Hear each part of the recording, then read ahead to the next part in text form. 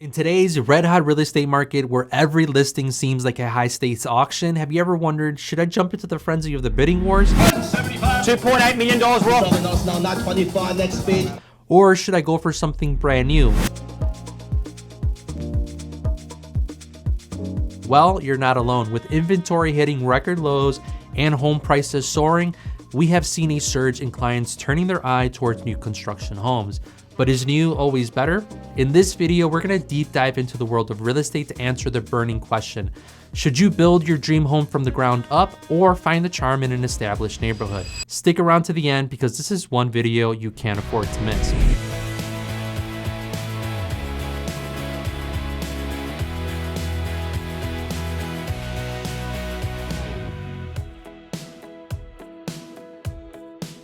When considering building a new home versus buying an existing one, it's not just about the upfront cost that matters. You also need to think about the long-term efficiencies and potential repair costs.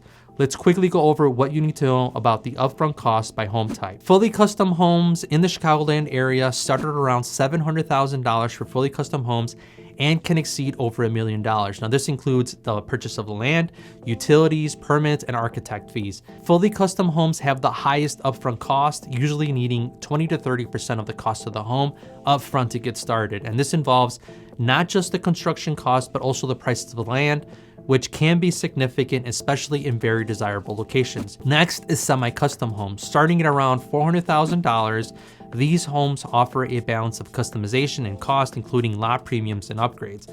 Now, unlike fully custom homes, builders have lending partners that would allow you to build for as much as it would cost for a down payment on a pre-existing home.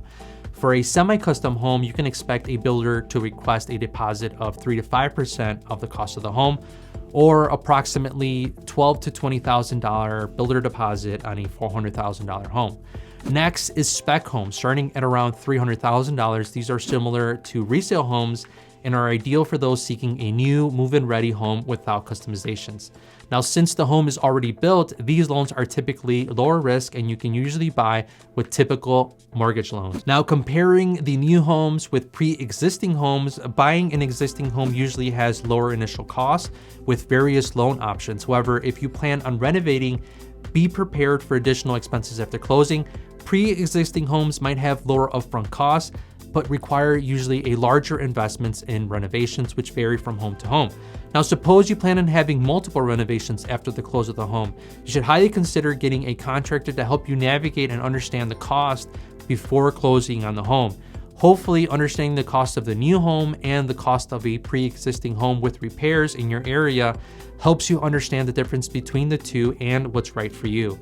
A renovation can cost anywhere from $10,000 to $15,000 or can exceed over $100,000 depending on the upgrades and the square feet of the home.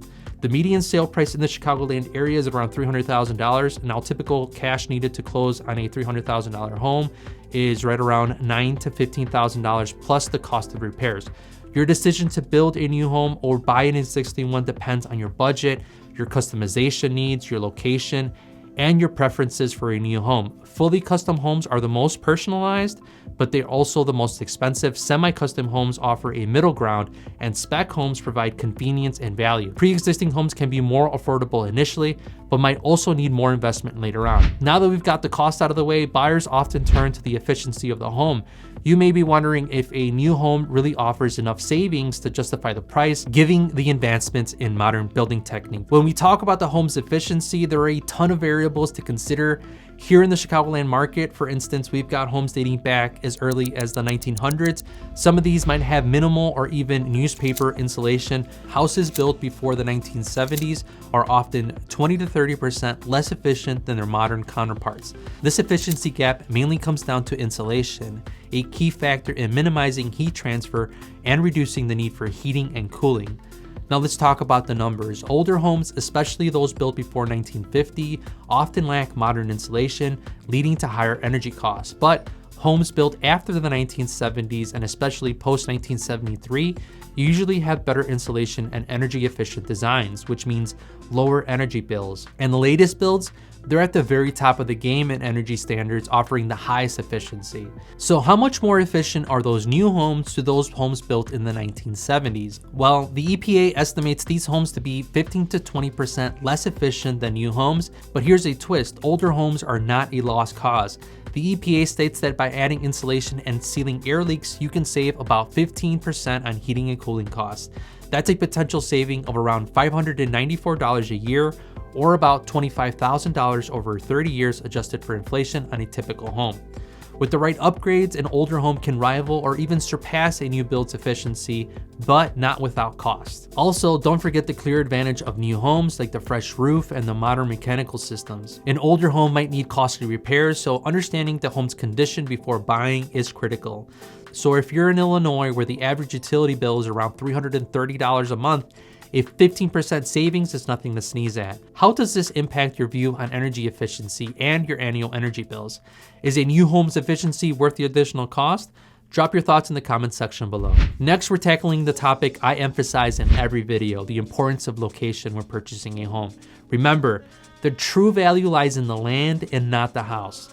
Let's talk about buying a pre-existing home first. Typically, this means you're entering into an established neighborhood. These areas often have a solid history of price stability and a good projection of future growth. It's like buying a piece of history with a proven track record. Now, building a new home in an established neighborhood might seem ideal, but it is also the most expensive and can cost twice as much as older homes in that same neighborhood.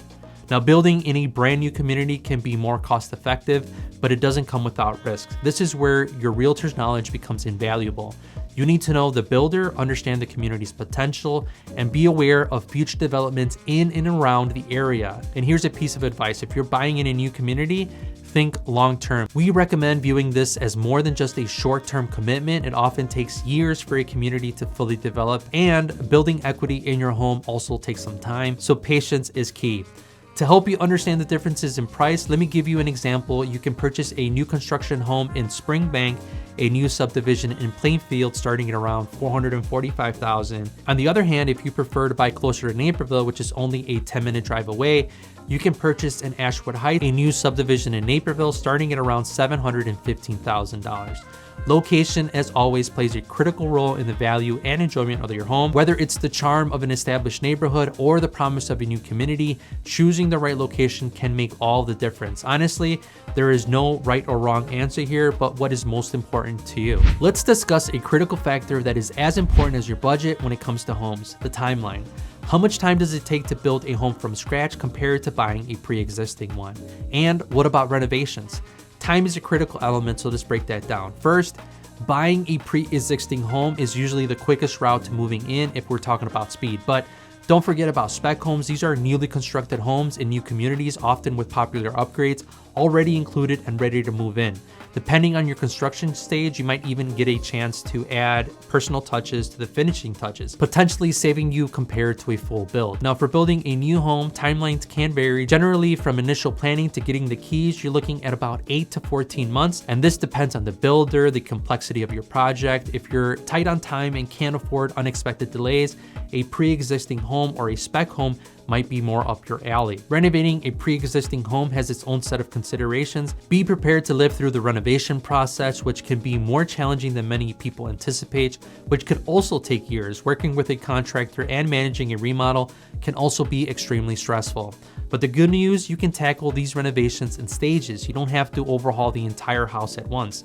Sometimes even simple updates like a deep cleaning, a fresh coat of paint, or even new carpeting can transform a space. And for bigger projects like kitchens and bathrooms, you can handle them one at a time. Next, let's talk about saving on construction. For those of you leaning towards building a new construction home, I've got some insider tips that could save you thousands of dollars. Let's dive into these 4 strategies and tips. First, and I promise this isn't just a plug for our services, get yourself a real estate agent. An experienced agent likely knows the builder and has a history of successful negotiations. They bring significant negotiation power to the table, and the best part, their commission is usually covered by the builder, not you. Going into a new build without an agent is like representing yourself in court. It's a risk that could cost you big. Number 2 is don't shy away from negotiations. I've heard of buyers hesitate to ask for credits or discounts, worried about upsetting the seller, but remember, everything is negotiable, and not asking means potentially missing out on major savings. This is especially true for spec homes, where there is often more wiggle room on price. If you're not comfortable negotiating, let your realtor handle it, as they are there to advocate for you. Number 3 is making smart choices at the design center. The design center is where many budgets go off the rails. Having a clear idea of your must-haves and understanding the cost upgrades is critical. Work with your realtor or builder to make choices that align with your vision without breaking the bank. They can guide you towards options that offer the best value for your money. Number 4 is buy during the winter months. Finally, if you're flexible on time frames and when you plan on moving into your new home, shop for new homes during the slower winter months. New home builders are often more willing to wheel and deal and provide incentives for new construction homes and buyers during the slower months of the year. Ensure you'll understand what items are negotiable before speaking with a new home builder. Make sure you take your real estate agent with you to your first meeting with your potential builder. In conclusion, whether you're building or buying, it's all about aligning your choices with your lifestyle, your location preferences, along with your long-term plans. It's not just about the immediate cost, but how this decision fits into your bigger life picture. Check out our blogs for more in-depth insights on the cost of building a home in Illinois. And if you're curious about the most costly part of construction, we've got a blog for that too, where we break down all of the cost of a new construction home, item by item. I will also include those 2 links in the description box below. Thank you so much for watching. Consider subscribing, and I'll see you guys in the next one.